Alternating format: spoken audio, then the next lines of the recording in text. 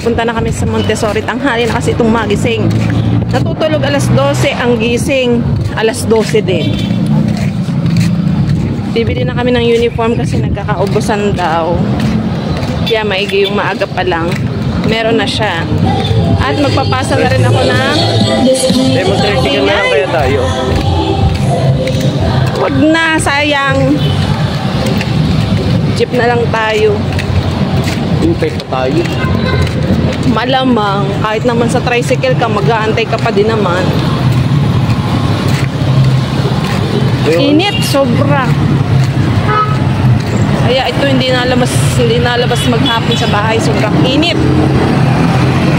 Sumakay na nga pala kami ng jeep mga kumarites. Ang gusto pa nga ni Kurt ay mag-tricycle na daw kami. Dala ko na nga din pala yung card niya. Sabi ko sa kanya mag-jeep na lang kami para makamenos kami ng pamasahe. Bali sasamahan nga pala ako ng aking kapatid na si Kumarites. Nandito nga pala kami sa waiting area ng school at dito namin inaantay si ate kasi sobrang init talaga mga kumarites. Pinasa ko na nga rin pala yung card. Pagkatapos ayan, nagpunta na kami dito sa office kung nasaan yung mga uniform. Yung pinakamalaking size na nga mga kumarites ang aking pinili para nga dala niya na hanggang grade 10. Sa pang PE naman mga kumarites, yung pinakamalaki na rin ang pinili ko. 2XL na nga pala to. Ito na yung pinakamalaki. Dahil yung batang yan ayaw magsuot ng maliit. Kaya ayan, sobrang laki na yung pinili ko. Okay na din naman yan para mas makamenos tayo. Dala na niya yan hanggang grade 10. Nasa 1.7 nga din pala yung pinagbayaran ko mga kumarites. Wala pa yung pants. Dahil yung pants naman ay pwede na nating mabili sa palengke. Bali dito nga pala sa tapat ng school na andito yung McDo. Kaya ayan, niyakag ko nga pala si Kurt at saka si ate. Sabi ko pumunta kami dito sa McDo. Panigurado itong batang ito ay palagi ding naandini. Sobrang init kasi ng panahon. Kaya ayan, magpapalamig muna tayo sa McDo. Bali si Kurt nga pala ay kagigising nga lang kaya hindi pa yung nag-aalmusal. Ang kanyang umagahan at tanghalian iisa na kaya ayan, diretso kami dito sa McDo para bumili ng makakain. Mabenta nga siguro yung McDo dito kasi ang katapat nga niya ay school. Panigurado yung mga estudyante palagi nga din naan dito. Bumili nga lang pala kami ng maiinom ni na ate kasi sobrang init. At nag-take out na nga lang din ako ng pagkain ni Kurt para sa bahay na lang kakainin. Si ate naman ay naglakad na nga lang pauwi.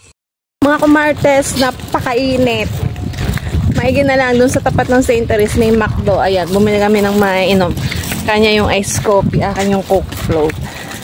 Init, sobra. Tanghali kasing magising. Nakabili na ako mga kumartas ng uniform. Pants na lang. Yung pants pwede naman, nakakabili naman sa palengke. Inabot ng 1.7 yung uniform kasama ng PE. At least, ang poproblemahin ko na lang sapatos naman. Tsaka sapatos na pang-PE. May notebook pa. May gamit pa. Grabe. Ang gastos. Ang gastos. Mag-aral ha. Mag-aral. Mag-aral maigi. At hindi biro ang mag-tuition. Mas mababalitaan ko kay nagbubulakbol. Patay ka sa akin. Sinasabi ko sa iyo, Kurt. Bakit mabalitaan ko hindi ka napasok? Yari ka sa akin. Lagi naman ako napasok. Weh, hindi nga. Minsan nga lang ako pumasok eh. Minsan ka lang pumasok? Ay hindi. Minsan lang ako absent. Minsan lang umabsent. Di naman to pala absent. Lagi naman to napasok. Pagka lang may gagawin sa school, gawin ha. Hindi yung hindi sinasabi pag may project. Init. Ba't bukas? Nandiyan si Mother. Ha? Not si Mother. Dito kasi malamig sa loob. Nandito si Mother. O, sabi na eh. Dito malamig. Mainit sa labas. Sobra. Patay mo ilaw. Lalo nga ilaw. May ilaw eh. Ha? Hindi ah. Binuksan ko nga yung aircon. Hindi ko na pinatay. Ang init. Magsirik-sirik pan. Hoy, Kurt. Nandiyan lang yung uniform. Mag-aaral ka mabuti. Mag-aaral mabuti, ha? Kumando.